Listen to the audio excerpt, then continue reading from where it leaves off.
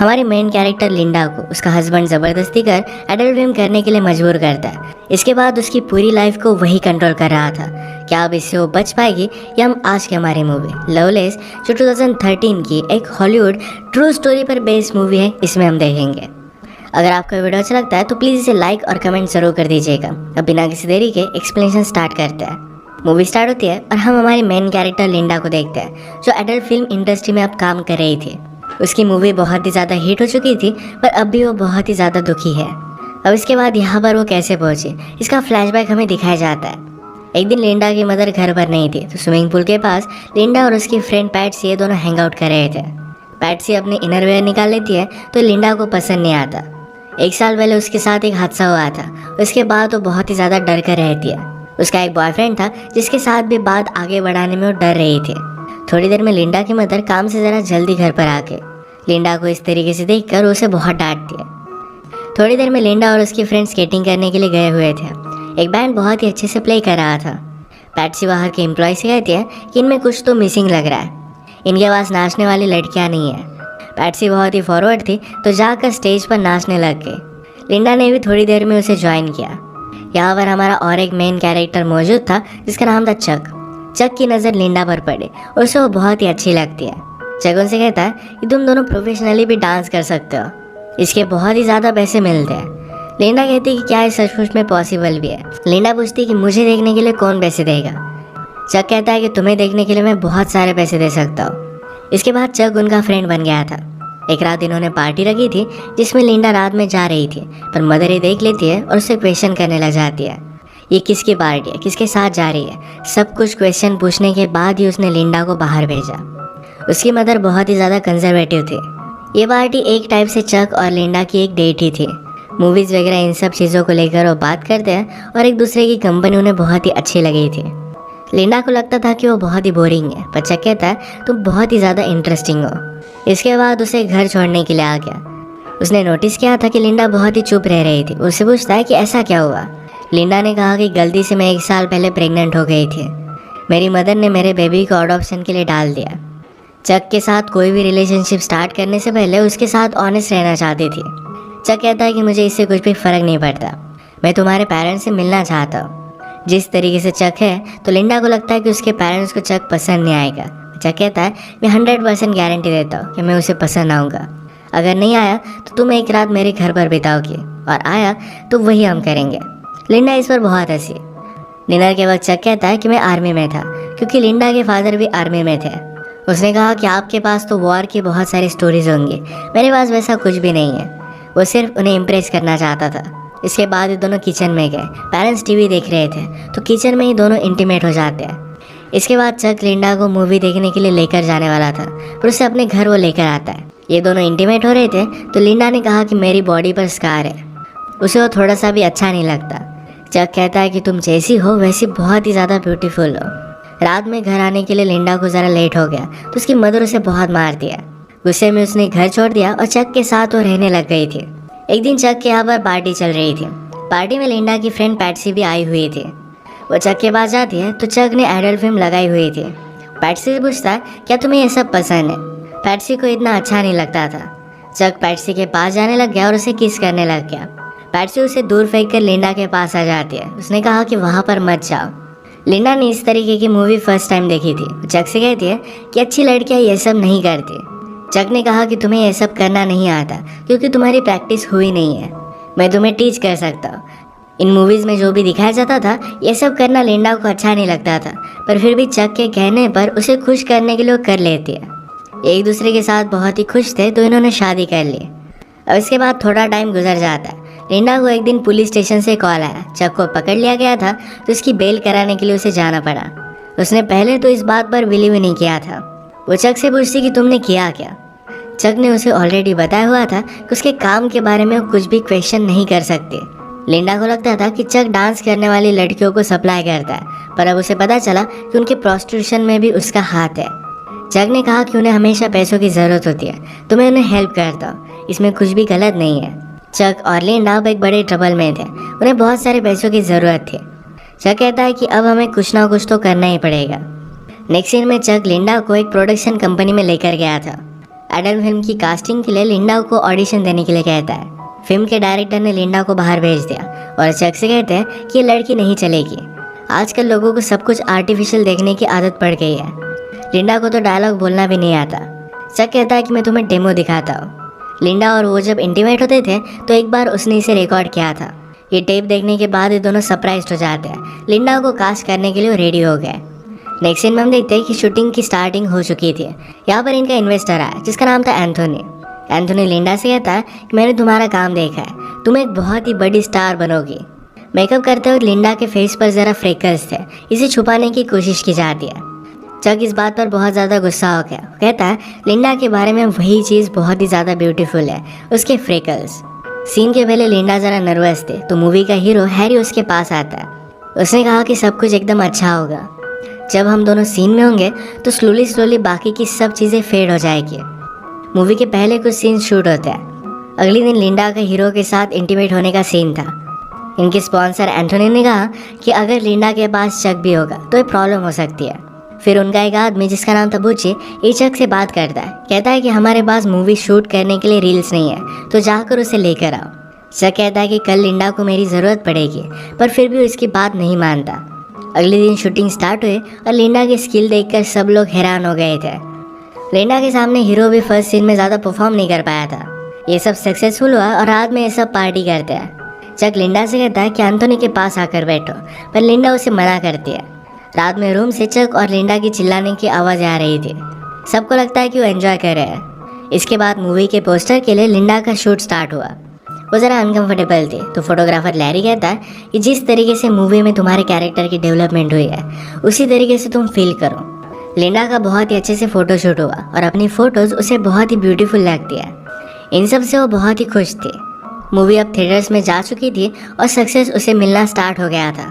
चक Anthony से कहता है हमें बहुत ही कम पैसे मिले और आप लोग बहुत कमाओगे। एंथोनी बहुत ही स्ट्रिक्ट था। कहता है मैंने पूरी मूवी स्पॉन्सर की थी, इससे पैसा तो मैं कमाने वाला हूँ। मूवी बहुत ही बड़ी हिट हो जाती है और लिंडा के इंटरव्यूज़ वगैरह स्टार्ट होने लग गए। लिंडा का सपना था कि उसे एक्चुअल मूवी स्टार बनना है। लिंडा के पेरेंट्स को इसके बारे में जब पता चला तो बहुत ही ज़्यादा दुखी हो गए थे। एक दिन इनके प्राइवेट स्क्रीनिंग की पार्टी थी जहाँ पर लिंडा ह्यू हेफनर से मिली। ये प्लेबॉय मैगजीन का एडिटर था। लिंडा उसे देखकर बहुत एक्साइटेड हो जाती है। आज पूरा प्रीमियर एक दूसरे के साथ ही थे।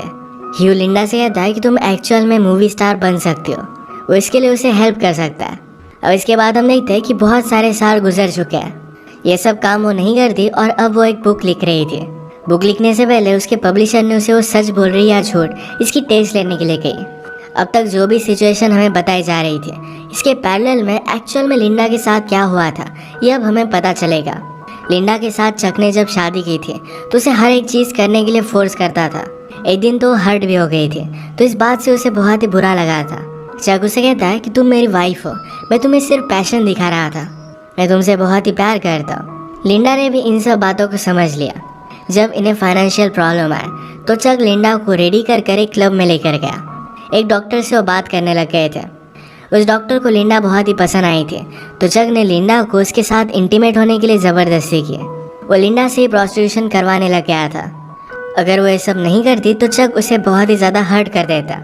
इन सब से तंग होकर लिंडा एक रात अपनी मदर के पास आ गया। मदर को पता चल गया कि कुछ ना कुछ तो गड़बड़ है। पूछते कि हुआ क्या। लिंडा ने कहा कि क्या कुछ दिनों के लिए मैं यहाँ पर रह सकती हूँ।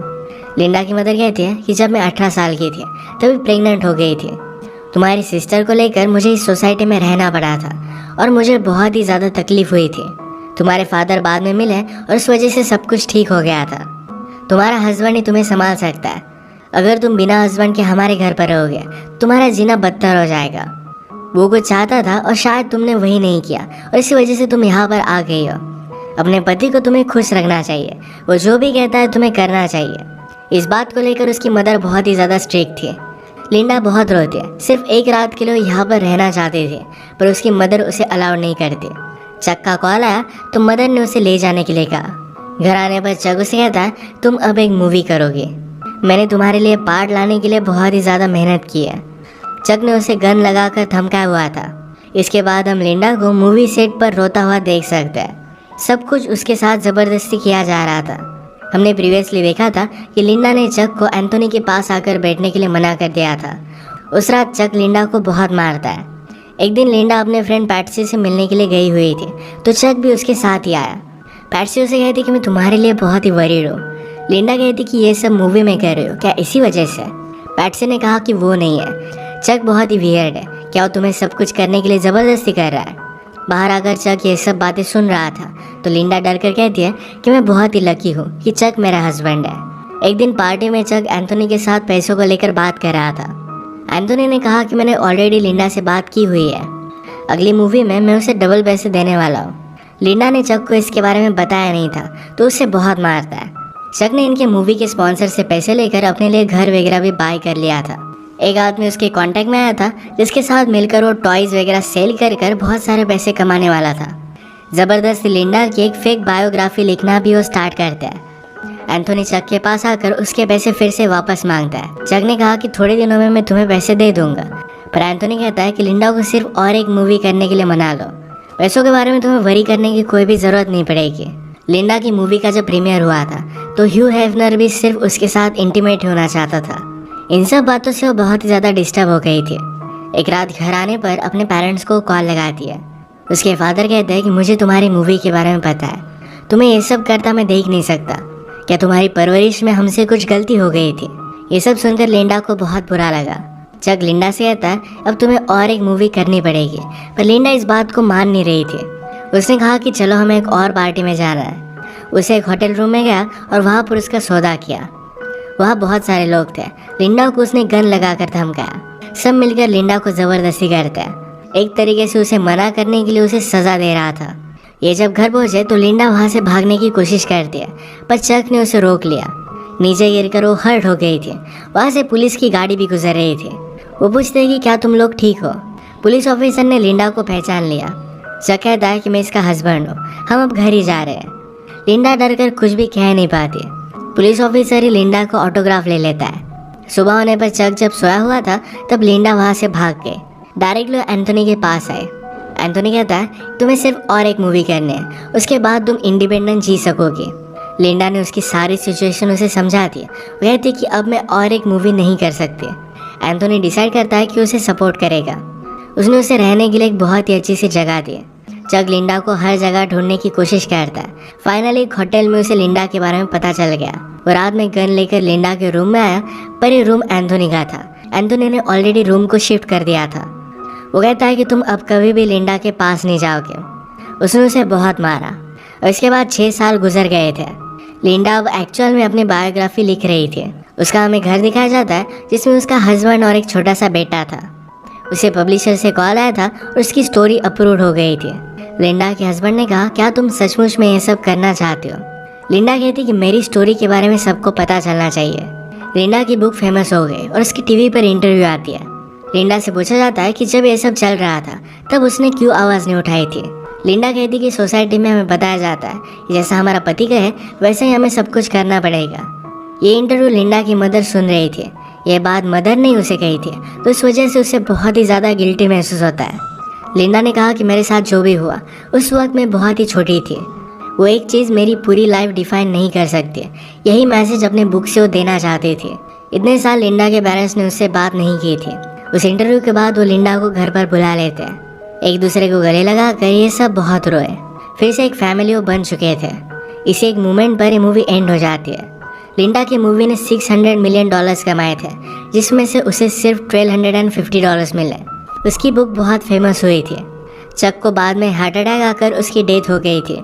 ये मूवी हमें पता कर जाती है कभी कभी हमें लगता है कि हमारे हाथ में कुछ चीज़ें नहीं है, सब कुछ हमारे साथ बुरा हो रहा है, पर फिर भी वो टाइम निकल जाता है। इसके बाद हमारे लाइफ में हम एक पॉजिटिव चेंज ला सकते हैं। कभी भी पर्सनल ट्रांसफॉर्मेशन के लिए देर नहीं होती। इसी के साथ आज का वीडियो हम खत्म करते हैं। अगर आपको एक्सप्लेनेशन अच्छा लगा तो प्लीज़ इसे लाइक और कमेंट ज़रूर कर दीजिएगा। मैं बहुत सारे मूवीज़ लेकर आता रहता हूँ, तो प्लीज़ इस चैनल को सब्सक्राइब कर दीजिए और बेल नोटिफिकेशन आइकन दबाने मत भूलिएगा। हम फिर से मिलेंगे और एक नए मूवी के साथ। तब तक के लिए थैंक यू और आप अपने आप का ख्याल रखिए।